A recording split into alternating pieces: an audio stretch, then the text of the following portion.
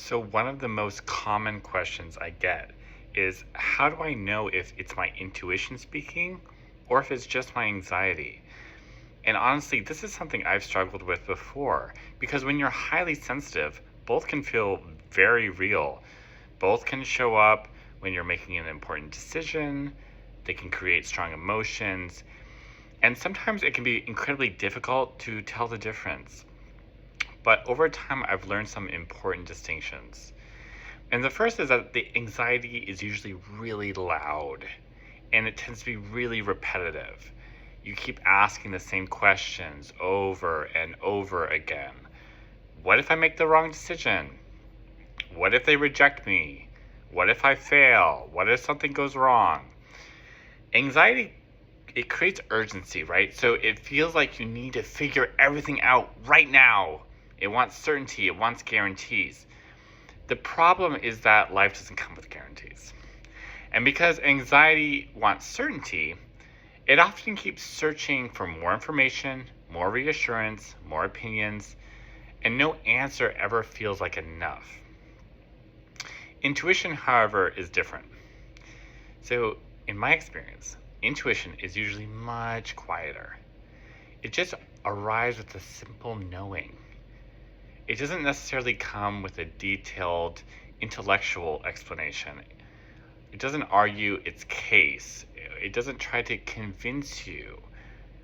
It simply says, follow this, or this is the right direction, or this doesn't feel aligned.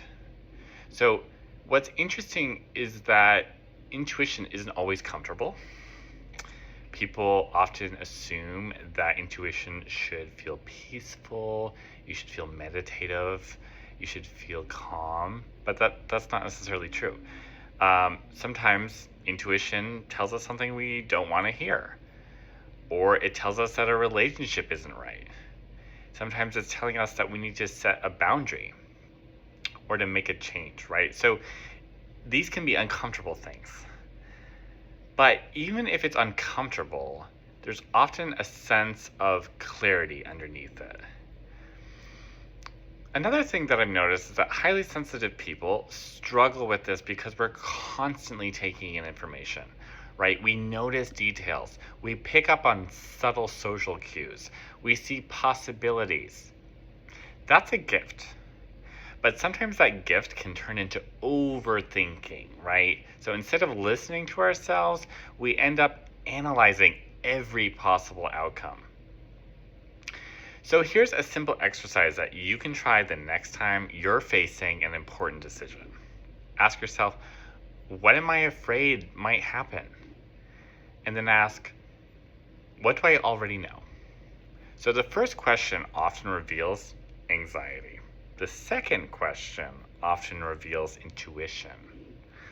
So when I look back on some of the biggest decisions in my life, I can see that there were times when anxiety was creating endless stories and endless scenarios.